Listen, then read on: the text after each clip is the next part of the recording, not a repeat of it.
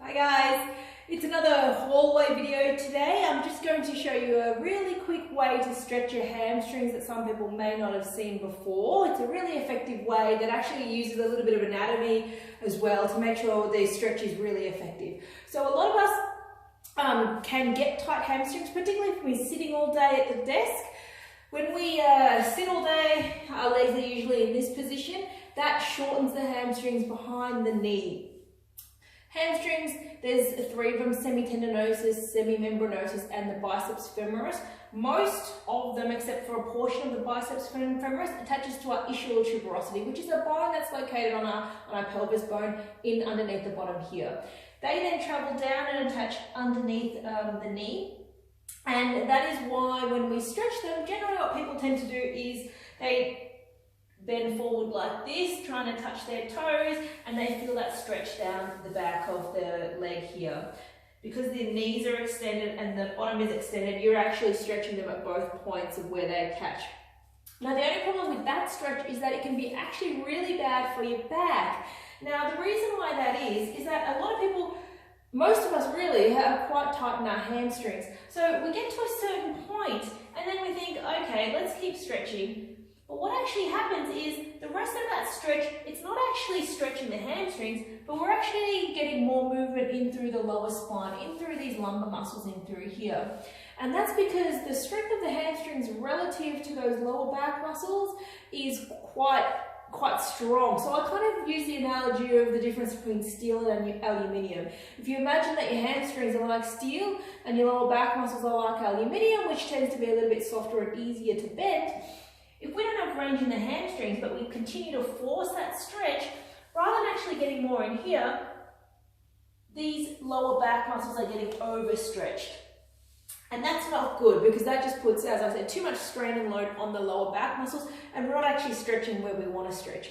So a really easy stretch that I like to do is using a wall. So what you're going to do is stand up against the wall, your feet probably about a foot length away from the wall.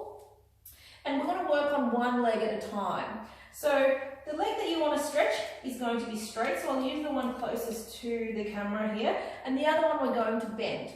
Now, similarly to the previous stretch, you are going to bend forward, but only to about 30-40 degrees, just like this. The rest of the stretch then actually comes from you sliding your bottom up the wall. So from here, you're going to slide your bottom up the wall, rather than just bending more in your lumbar spine. Now, the reason why this stretch is a lot more effective is from an anatomical point of view. As I said, the hamstrings attach to the bottom of your ischial tuberosity, which is that bottom of your pelvis bone in through here. So by sliding the bottom up the wall like this, what you're actually doing is you're causing that stretch to be localized to the hamstring and not just transferring the movement to up here. A lot of people will find that this feels a lot more effective, and from a physio sort of point of view, you're also protecting your lower back. I'll go through that just one more time so you can see what I mean. I'm just bringing my foot a little bit forward here because I find that's a little bit more of an effective stretch for me. Bending forward slightly, as I said, not full flexion in the back, but just slightly. And now the rest of the stretch comes from sliding the bottom up the wall, okay?